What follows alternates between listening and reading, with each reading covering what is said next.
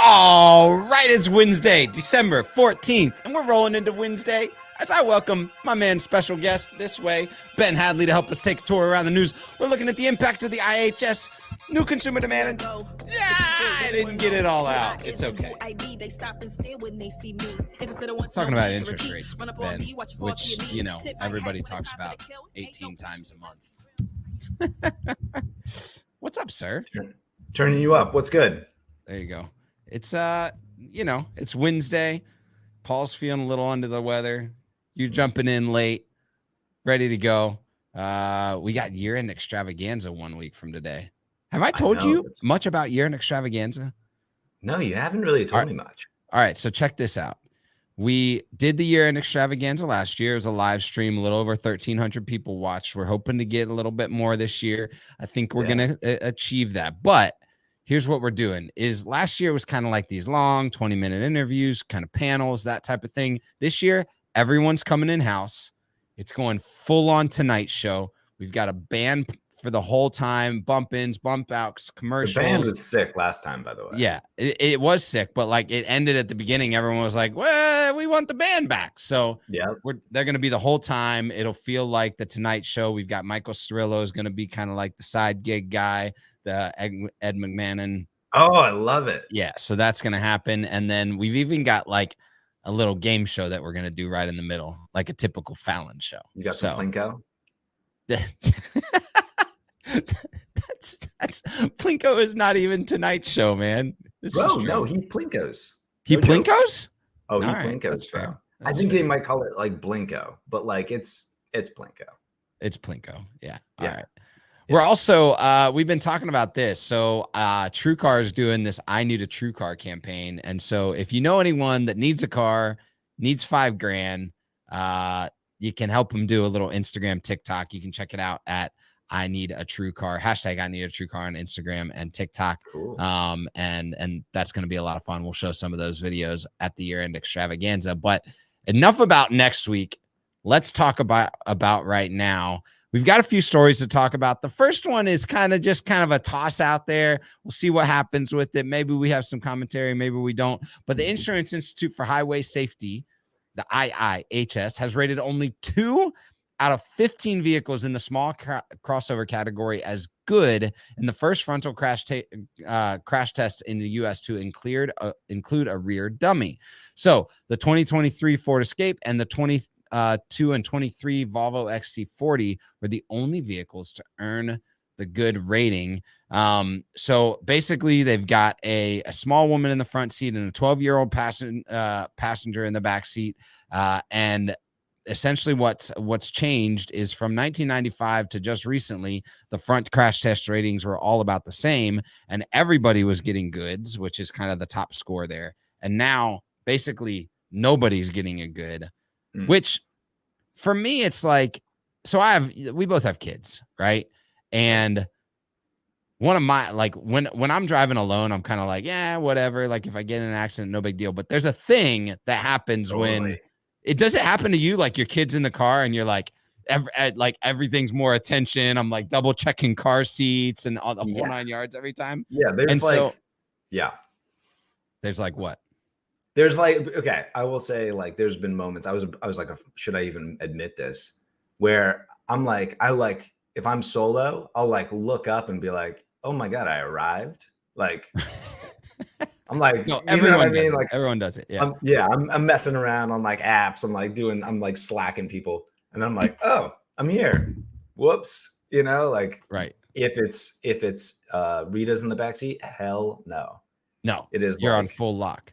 So my question always, because these IIHS ratings always change and it's always kind of like a jockeying position for dealerships. And like, you know, you use that material and point of sale material and all that type of stuff.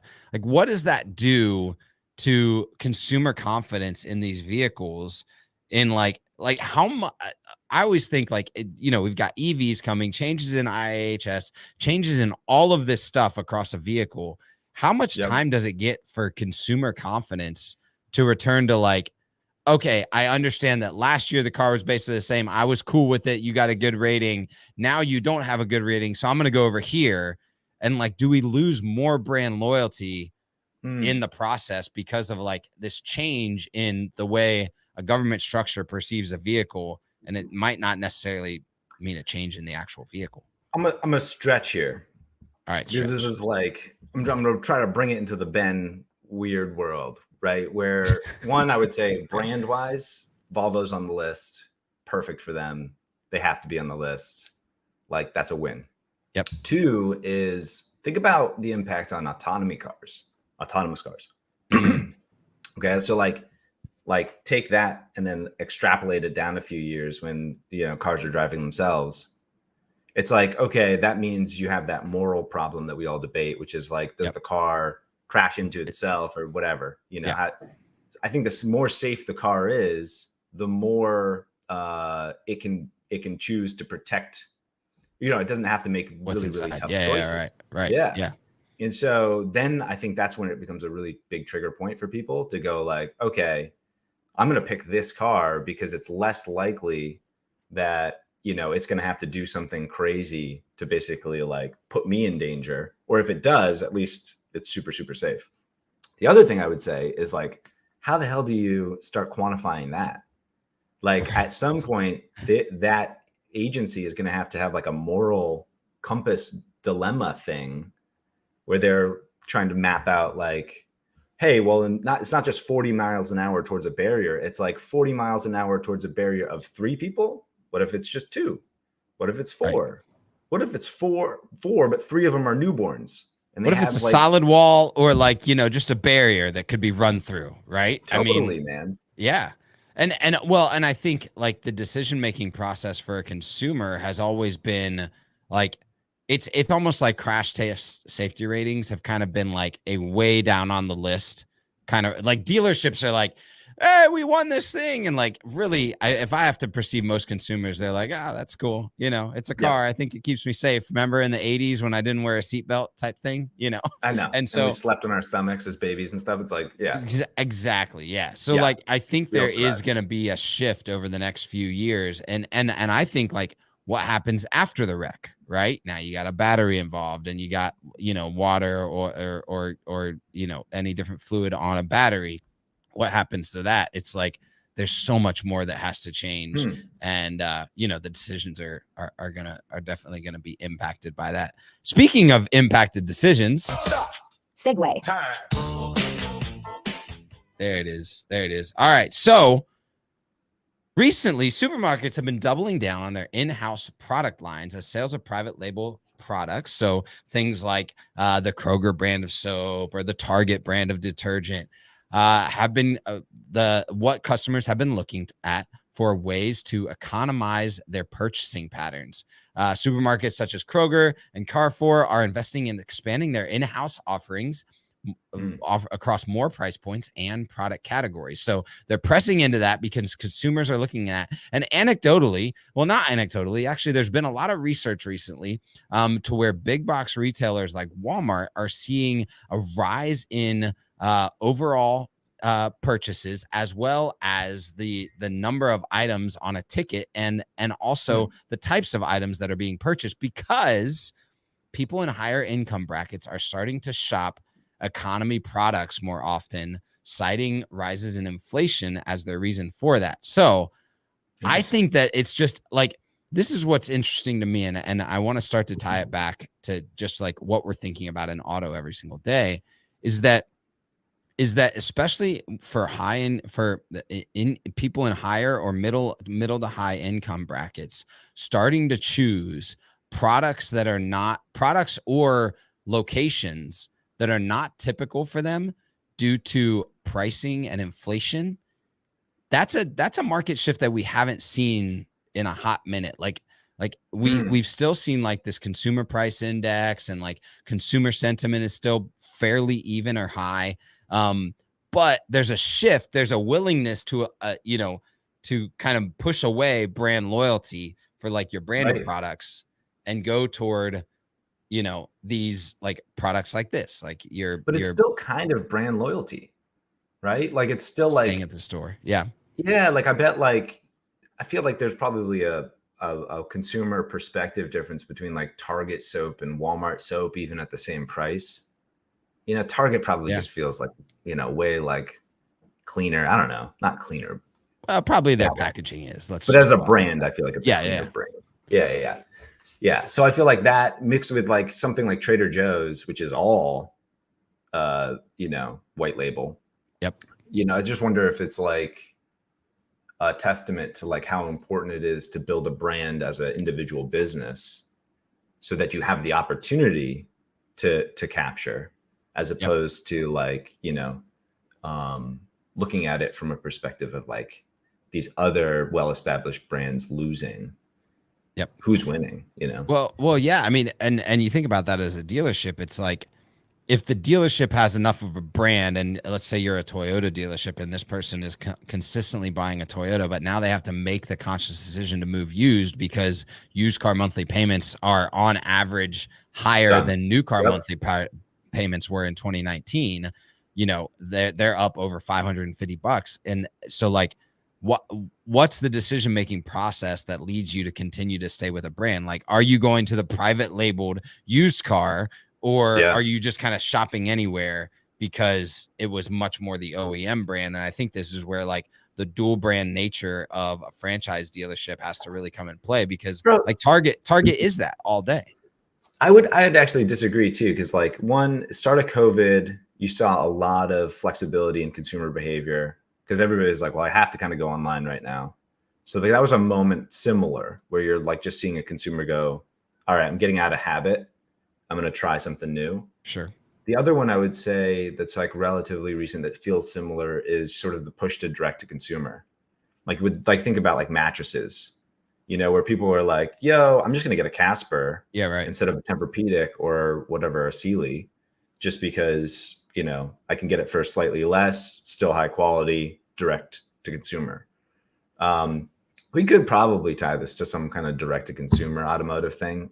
My brain's too tired right now to even like even get there though. Yeah, no, I mean, I think you could. I think that the reality is that just as consumers are sensing the pressure of things like inflation and, you know, a job market that's getting squeezed, and especially in like tech, you know, they're looking for ways to be economical, and, you know, thinking about that as the way that you're communicating, especially going into a holiday season where people are spending additional money, is like, how are you communicating not just product and price, but availability, or, you know, your brand, so that people continue to choose you? So like people, you know, they still want to shop at Kroger, but they're willing to kind of go at that private label sale. Yeah, Well, I would say like What do you got? Echo Park would be a good example, Right. Sub brand within the brand that kind of emphasizes a very specific thing, you know, like that. I think that's like a massive opportunity a lot of dealers aren't capturing right now, which is like, hey, overarching brand, but then for that segment or for a very specific consumer, let's have this whole other thing.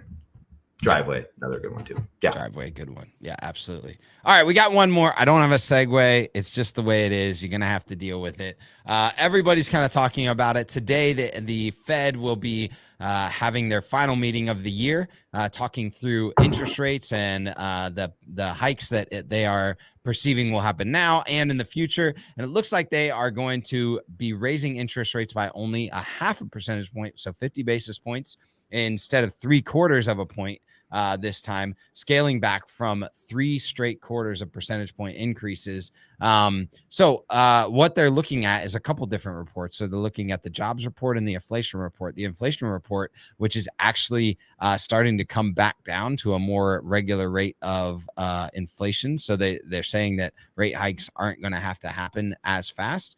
But they are still needing to raise interest rates because the consumer pricing index is still rising, although it's down 2 percentage points from June, which was at 9%. Now it's at 7.1%. So the good news is we're not going to get as fast of inflation, or of interest rate hikes, but they're still coming. They're still impacting consumers, and it's gonna, like, I think that the question is going to be really like, we've seen enough of a rise and a staying power within the holiday season from a buying, and like we've had a lot of like large market players say, hey, look, in our data, it looks like people are still buying, people are still spending money. I'm just wondering what's going to happen with this most recent interest rate hike and then happening into the new year as people kind of start to pull back and think like, okay, what's my 2023 budget? What am I going to do about that?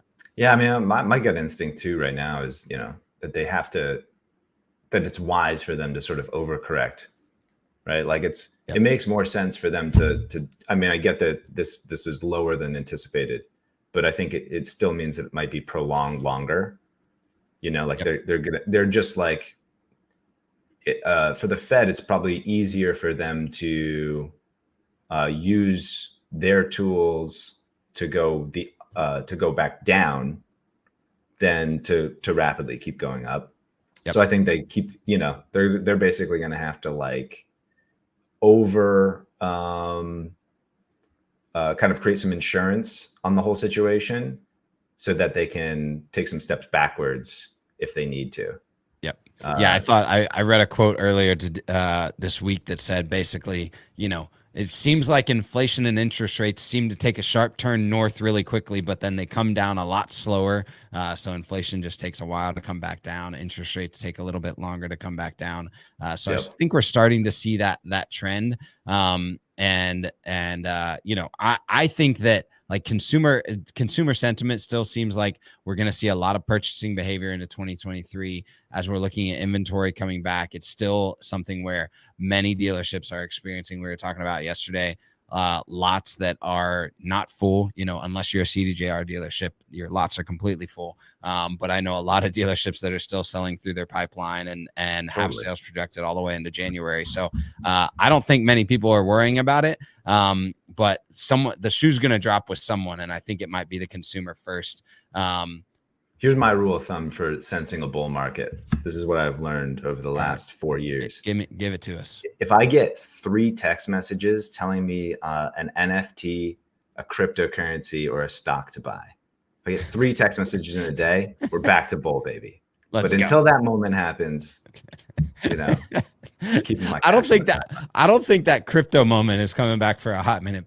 But it might not. But like that was back in November. That was like the norm. It was like that was it. Dude, I know. Yeah, you're not on Snapchat coin. Like, come on, man. Like, sorry. Well, hey. Segue. That's not the end. That's the end. We are not financial advisors. We can tell you that one sure. What we are is advisors on how you can take best practices, industry news, and insights and turn them into real action every day.